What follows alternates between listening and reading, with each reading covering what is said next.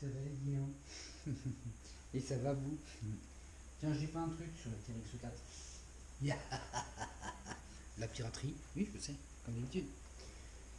Tu vois le pare-choc qui me faisait chier? Ah bah je l'ai coupé. Regarde.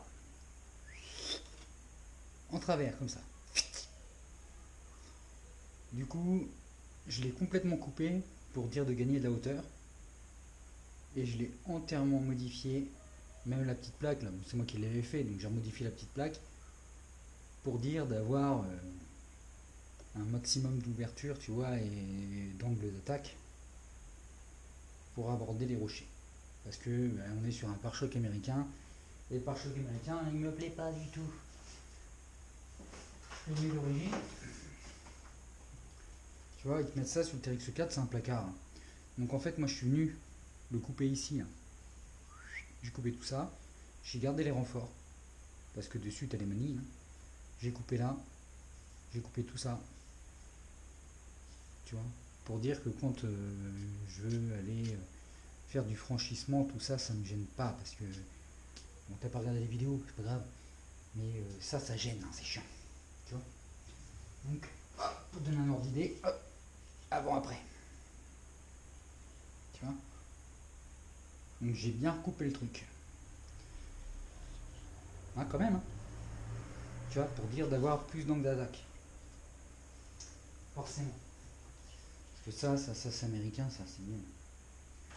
Ah ouais, non, mais les Américains, en ce moment, ils ont plus la puissance qu'ils avaient avant. Donc j'ai tout recoupé. Alors tu te demandes ce que c'est que ça, en fait, du coup, comme j'ai tout recoupé, et que je voulais que ça tape sur les renforts ici, je me suis dit que les petites manilles, je les ai laissées pour que ça fasse joli, que ça fasse calme. Quoi. Je me suis dit, ah, ça va me gêner, donc du coup, j'ai pris une ficelle, je l'ai entouré, voilà, pour dire de faire un petit peu un truc scale, hein, entre guillemets. Hein. Et du coup, en fait, le truc, c'est juste pour tenir les petites manilles, tu vois. Mais ça fait joli, je trouve. Tu vois. Avec le treuil fonctionnel, parce que, en fait, à la base, j'étais parti sur mettre carrément juste une poutre, hein, comme à l'origine, hein, sur les defs. Hein, c'est qu'une poutre, en fait, à la base. Tu vois, pour dire d'avoir un angle d'attaque propre. Et en fait, cette poutre, elle est là pour dire de renforcer les lames de suspension, parce que c'est des lames de suspension sur le def, à la base. Enfin, sur le série 88, exactement. D'où s'inspire le def. Oui, oui, je te jure. Parce que en fait, il faut savoir que le def à la base, c'est un série 88. Alors série 88, c'est quoi? C'est un truc qui a été créé pour l'armée. À un moment, le Defender, le série 88, il fallait qu'ils se vendent à l'armée, c'était un peu la guerre froide, tu vois. Et donc il fallait quelque chose de léger. Donc ce série 88, on l'appelait le Lightweight ou Commando. Ici en France, on l'appelle Commando. Et en fait, il n'y avait pas toutes ces extensions d'ailes. Les roues étaient beaucoup plus rétractées sur l'intérieur. C'était du 205-80 par 16 de mémoire. Hein.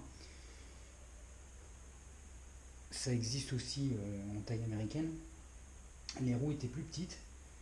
C'était beaucoup plus renforcé. En fait, l'idéal, c'est que tu vois les mecs qui font du scal avec le Camel Trophy. Eux, ils respectent les règles avec les roues, tout ça, machin et tout. C'est beaucoup plus petit. Mais le but du série 88 à la base, quand ils ont défendu l'armée, c'était le côté élitroyable, logement dans les avions. Donc, tu avais, je crois que c'est 1,50 m de large, donc ils avaient respecté 1,50 m de large, ils avaient mis les roues plus à l'intérieur, beaucoup plus petites, avec, on l'appelait le white clay, c'est poids léger, avec un poids maximum de 2 tonnes, qui était beaucoup plus court.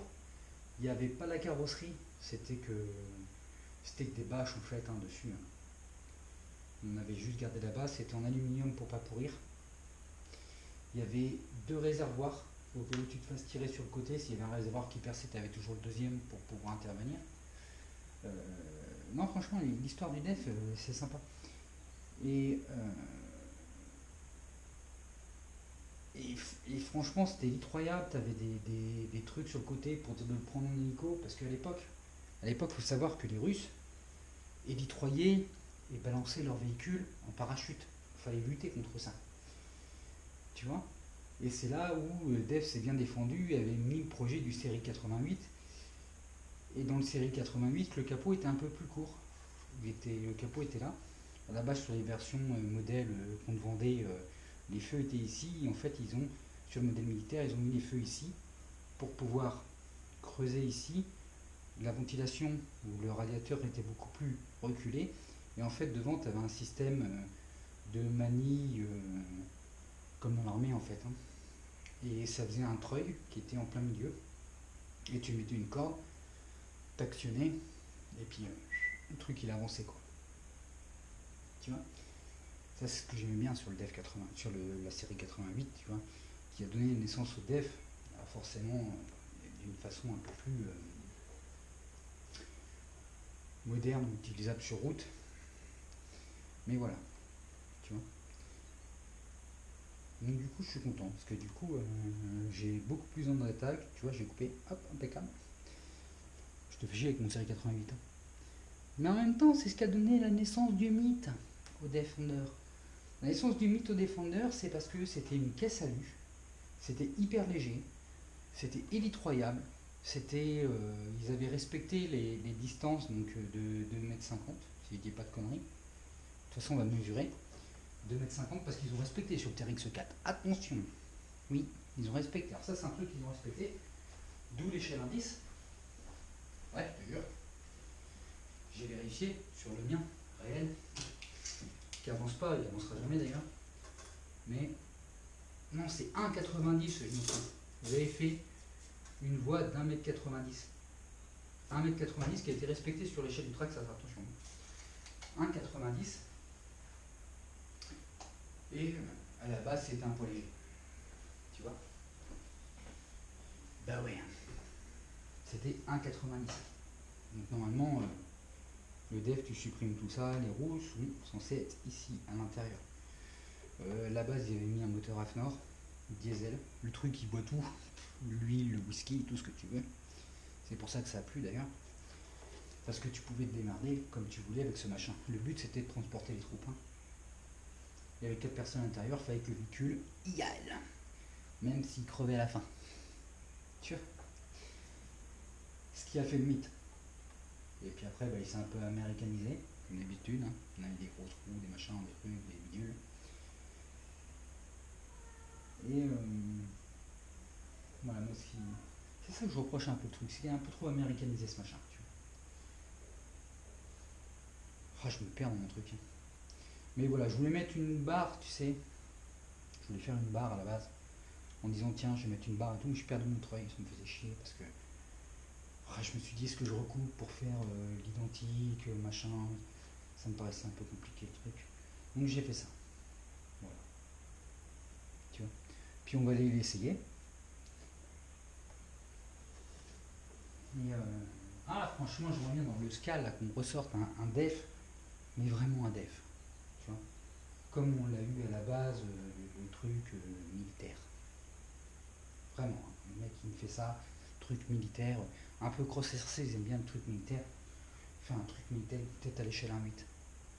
Ce serait plus sympa à l'échelle 1,8, parce que l'échelle 1,10, t'es un peu bridé dans le treuil, dans le machin, dans la technique, tu vois. Bon allez, ciao les gars. J'espère que ça vous a plu. Non, c'est pas grave. T'es avec le roi des pirates, hein. De toute façon, qu'est-ce qu'il tu veux qu'il t'arrive. Boujou.